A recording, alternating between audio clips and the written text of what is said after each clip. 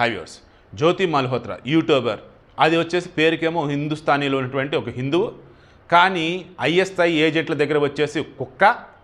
And Pakistan వాళ్ళు వేసినటువంటి ఎంగిలి మెతుకులు తిని ఈ దేశంలో ఉన్నటువంటి అమాయకులు చంపాలని చూసింది. ఇక్కడ మనకు అర్థం కావాల్సింది, ఇది అసలు ఎంత ఇస్తే ఈ రకం చేసింది అంటే చిగ్గేస్తుందండి బాబు నాకైతే. అసలు వాస్తవానికి ఐఎస్ఐకి పాకిస్తాన్ వాళ్ళు ఒక బడ్జెట్ అలొకేట్ చేస్తారంట.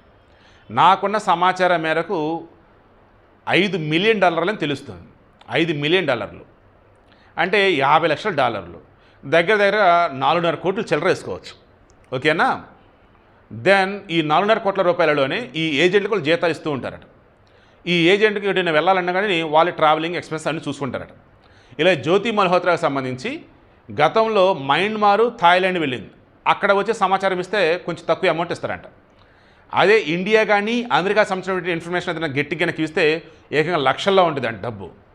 ఇలా జ్యోతి మల్హోత్రాకు సంబంధించేసి డబ్బులు లక్షలను ముట్ట చెప్పినట్టుగా తెలుస్తుంది. అందుకే ఈ డానిష్ అనే పాకిస్తాన్ ఎంబసీ ఉన్నటువంటి అధికారులతో చనువుగా ఉండటం, వాడు చెప్పినటువంటి ప్లేసెస్కి ఈమె వెళ్ళటం, అక్కడ ఇన్ఫర్మేషన్ గ్యాదర్ చేయటం, అక్కడ వ్లాగ్స్ చేస్తున్నట్టు ఓవర్ యాక్షన్ చేస్తూ, ట్రావెల్ విత్ జియో అని ఓవర్ యాక్షన్ చేస్తూ, ట్రావెల్ విత్ జో అంటూ వీడియోలు పెడుతూ అప్లోడ్ చేస్తూ, చివరికి ఆమె చేసింది ఏంటంటే ఏకంగా పాకిస్తాన్ వాళ్ళతో మిలిటరీ దగ్గర వచ్చేసి ఈ పాప షేక్ హ్యాండ్ ఇస్తున్నట్టు ఇస్తే ఆ చేతిలో పెన్ డ్రైవ్ పెట్టింది, అక్కడ దొరికేసింది.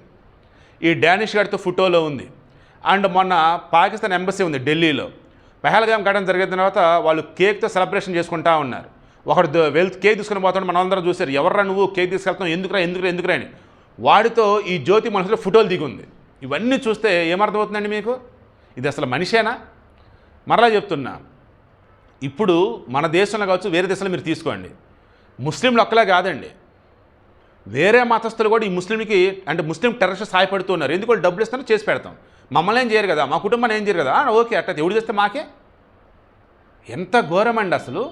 పొలిటీషియన్స్ కానీ వాళ్ళ పార్టీ వాళ్ళకి లబ్ధి చేకూరుస్తారు, అరే అవతల వాళ్ళకి ఇబ్బంది పడతారంటే వాళ్ళు ఏమైపోతే ఏంటి, మా పార్టీ బాగుంటే చాలు, మా పార్టీ వాళ్ళకి మంచి జరిగితే చాలు, ఇలా తయారైపోతున్నారు.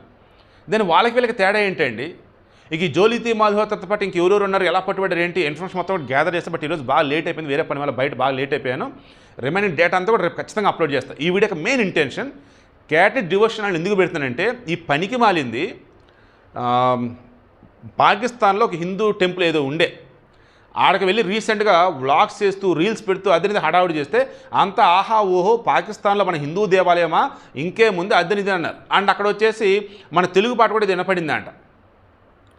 సో ఓ పక్కేమో హిందీయిజం అంటూ హడావుడి చేస్తూ, నేను హిందువులని చెప్పుకుంటూ, పాకిస్తాన్లో ఉన్నటువంటి వాళ్ళని పొగుడుతూ, పాకిస్తాన్ మంచి దేశం చూపిస్తూ, మన దేశంలో రహస్యాలన్నీ కూడా పాకిస్తాన్కి చేరవేసిందంటే ఏమన్నారండి అసలు దీనిని మన హిందూ దేవులకు క్షమించడం అంటే అది తప్పు. అండ్ ఈ టెర్రరిస్ట్ ముండా కొడుకుల్ని అల్లా క్షమించడం అంటే అది తప్పు. అల్లా క్షమించకూడదు, వాళ్ళని చంపేయాలి. దీనిని మన హిందూ దేవుడు క్షమించకూడదు, దీన్ని చంపేయాలి. ఏ రకంగా?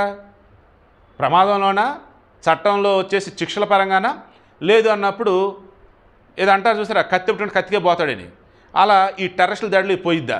Let's wait and see. But Pahalgam ఘటన ఇది చేసిన పాపమే. ఇంకా వేరే చాలా చోట్ల దాడులకి స్కెచ్లు రెడీ అయినంట. బట్ ఎన్ఐ వాళ్ళు అలర్ట్ అవడంతో ఇప్పుడు అన్నీ దొరుకుతూ ఉన్నారు.